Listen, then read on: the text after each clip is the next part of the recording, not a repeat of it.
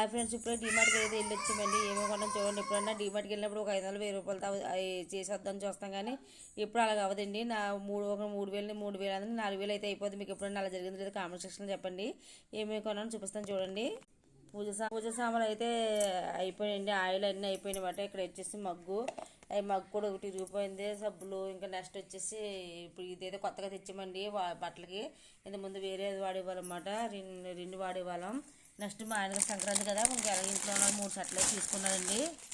3 షర్ట్లు. మా అబ్బాయికి అయితే ఆన్లైన్లో టీ షర్ట్లు బుక్ చేశాను. మొన్న ఫ్రెండ్స్కి వెళ్ళినప్పుడు కూడా మా అబ్బాయికి షర్ట్ తీసుకున్నాను. ఇప్పుడు 2 ప్యాంట్లు తీసుకున్నాను అనమాట. ఒకటి ఆన్లైన్లో పెట్టాను, తర్వాత చపాతీలో తీసుకొచ్చానండి. డైపర్స్ మా అమ్మాయి కోసం, మళ్ళీ పాల ప్యాకెట్లు, కాఫీ పొడి ప్యాకెట్, కాఫీ డబ్బా, నెక్స్ట్ వచ్చేసి ఇవన్నీ తీసుకున్నమాట పూజ సామాన్లు. కానీ అవసరం లేని కూడా కొంటాం డీమార్ట్కి వెళ్తే.